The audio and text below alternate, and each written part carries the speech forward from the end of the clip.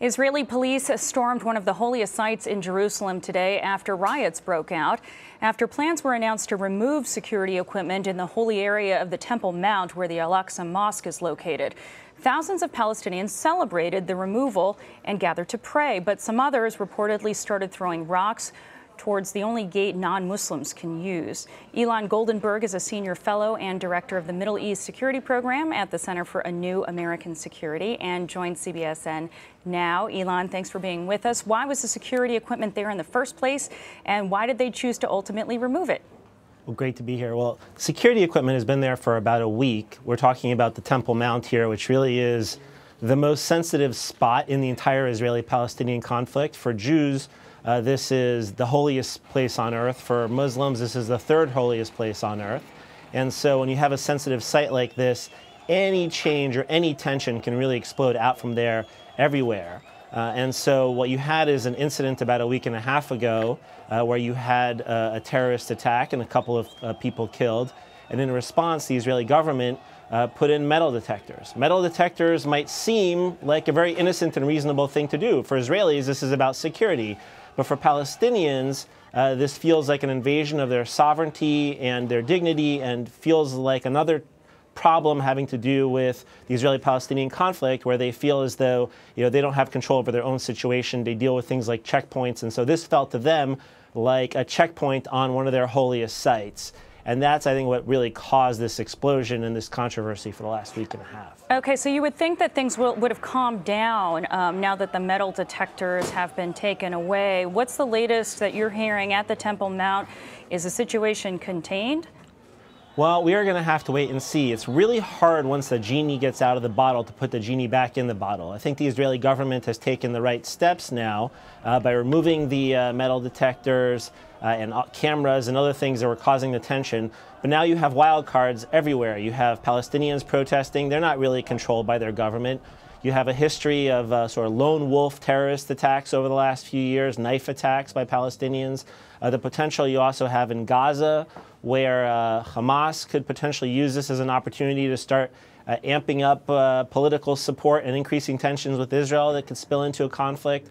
And you also had an incident just in the last week coming out of this, where a major diplomatic incident between Israel and Jordan, where an Israeli security guard killed a couple of Jordanian citizens around an Israeli diplomatic compound in Amman that caused a huge controversy. So the point is, it's good that the steps have been taken around the Temple Mount, but this really now is outside of either government's control. It's the people's control, and any wild card or spoiler could potentially exacerbate the situation, and then you just don't know where it goes. Yeah, it's such a sensitive site, and as you say, just a small cinder could lead to a great conflagration in that part of the world. So what do you think can be done, if anything more, on the Israeli side to calm tensions at the site in the next few days?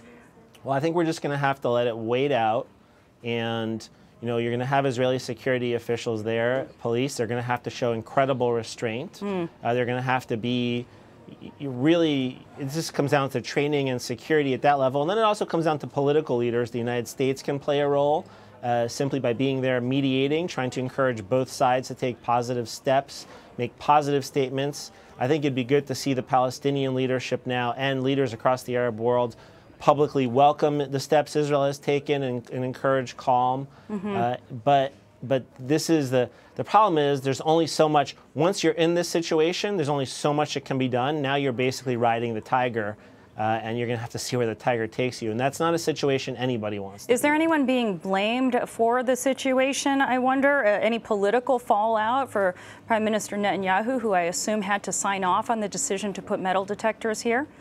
Sure. So there was a disagreement inside the Israeli security establishment in the first place, where you had the Israeli police saying we need the metal detectors, and you had the Israeli military and the Shin Bet, which is sort of their domestic security service inside the West Bank, and the Gaza saying, no, this is going to cause an explosion.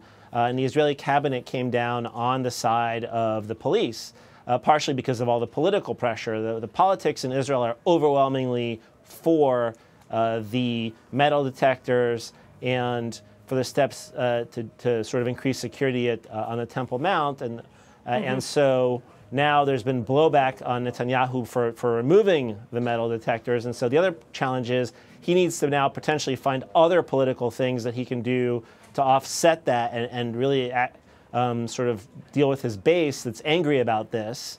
And will those steps that he has to take elsewhere further exacerbate the situation? Yeah. It's possible. Really a quagmire. Ilan Goldenberg, thank you so much for laying it all out for us. Well, great to be here. Thanks for having me.